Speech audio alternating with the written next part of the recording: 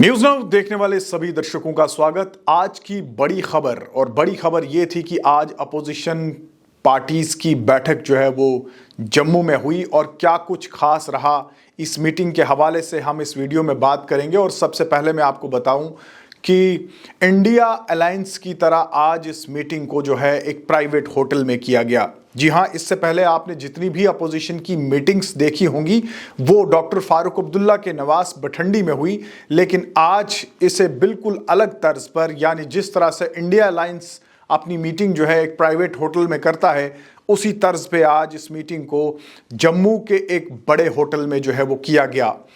दूसरी बात, आज की इस मीटिंग में कौन कौन शामिल हुआ तो कुछ बड़े नामों के बारे में मैं आपको बता दूं। डॉक्टर फारूक अब्दुल्ला, मोहम्मद यूसुफ तारिगामी, महबूबा मुफ्ती, वकार रसूल, हसनैन मसूदी, रमन बल्ला, हर्षदेव सिंह और कुछ अन्य नाम और भी हैं जिन्होंने इस मीटिंग में हिस्सा लिया।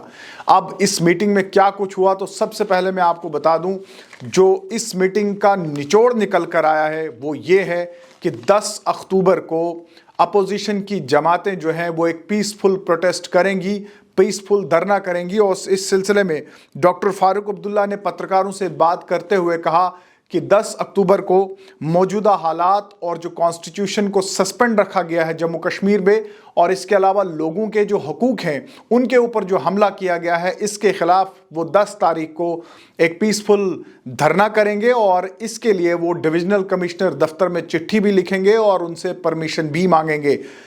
इस मीटिंग का निचोड़ अगर देखा जाए वो यही है कि 10 अक्टूबर को अपोजिशन की ये जमातें जो है वो एहतजाज करेंगी और ये पीसफुल एहतजाज जो है वो केंद्र सरकार के खिलाफ होगा। आज ये जो मीटिंग यहाँ हुई जिसमें कई पार्टी शामिल थी जिनको आपने देख लिया है, हम लोगों ने आज एक फैसला किया है कि जो हालात हैं इस वक्त और जिस तरह कॉन्स्टिट्यूशन को जम्मू कश्मीर में सस्पेंड किया गया है कि हमारी राइट्स जो हैं उन पे पूरा हमला किया गया है, उसके लिए हम लोगों ने सबने ये राय कायम की है कि 10 तारीख को 10 अक्टूबर को एक पीसफुल प्रदर्शन होगा हम सबका, और उसके लिए हम लोग रियासत की हुकूमत के डिविजनल कमिश्नर साहब के दफ्तर में चिट्ठी भेजेंगे कि हमें इजाज़त दी जाए कि हम पीसफुल प्रदर्शन कर सकें, और उम्मीद है कि हमें इजाज़त देंगे और वहाँ पे हम पीसफुली कुछ घंटे बैठेंगे। ये आज हमने ये निर्णय ले लिया है। इसके अलावा डॉक्टर फारूक अब्दुल्ला से यह भी पूछा गया कि 2 और जमातें ऐसी हैं जो जम्मू कश्मीर से ताल्लुक़ रखती हैं, जिसमें गुलाम नबी आज़ाद की जमात या फिर अल्ताफ़ बुखारी की जो जमात है, उन्होंने क्यों आपकी इस अपोजिशन मीटिंग में हिस्सा नहीं लिया। तो डॉक्टर फारूक अब्दुल्ला ने मज़ाहिया अंदाज में कहा कि दोनों जमातें हुकूमत की है। आइए सुनते हैं डॉक्टर फारूक अब्दुल्ला ने इस सवाल के इवज़ में क्या कहा।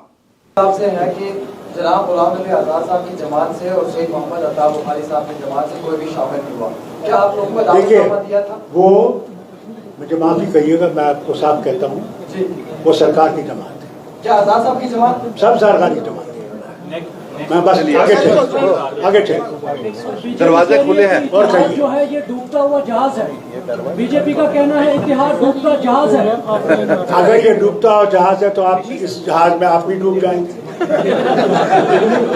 वहीं दूसरी तरफ इलेक्शंस के हवाले से जब डॉक्टर फारूक अब्दुल्ला से पूछा गया तो डॉक्टर फारूक अब्दुल्ला ने कहा, जब G20 की बैठक जम्मू कश्मीर में कराई जाती है और बढ़ चढ़कर ये दावे किए जाते हैं कि जम्मू कश्मीर के हालात जो है वो सुधरे हुए हैं, तो आखिर में इलेक्शंस क्यों नहीं कराए जाते। उन्होंने ये भी कहा कि न सिर्फ प्रधानमंत्री बल्कि गृह मंत्री अमित शाह और इसके अलावा LG मनोज सिन्हा हर दिन ये बात कहते हैं कि जम्मू कश्मीर के हालात जो है वो बेहतर हो गए हैं।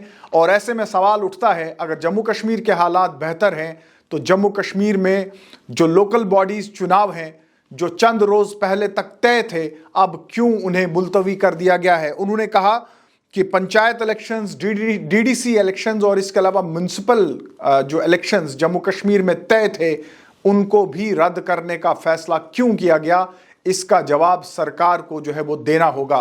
देखिए, जहां तक गवर्नमेंट का मामला है, G20 किया, कहाँ हालात क्या बहुत अच्छे। अभी आज आगा बाहर देख दीजिए एक्सेल में 370 खत्म हुआ, जम्मू कश्मीर के हालात बहुत अच्छे हैं, ये आपके होम मिनिस्टर कहते हैं। तीसरा, आपके लेफ्टिनेंट गवर्नर सब क्या कहते हैं, यहाँ हालात बहुत अच्छे हैं, रियासत तरक्की कर रही है।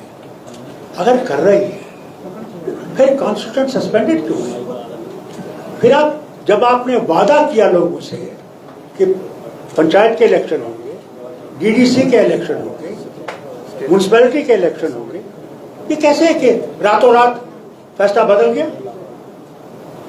तो इसका मतलब है जो आपने G20 में कहा कि हालात सही हैं, वो नहीं है।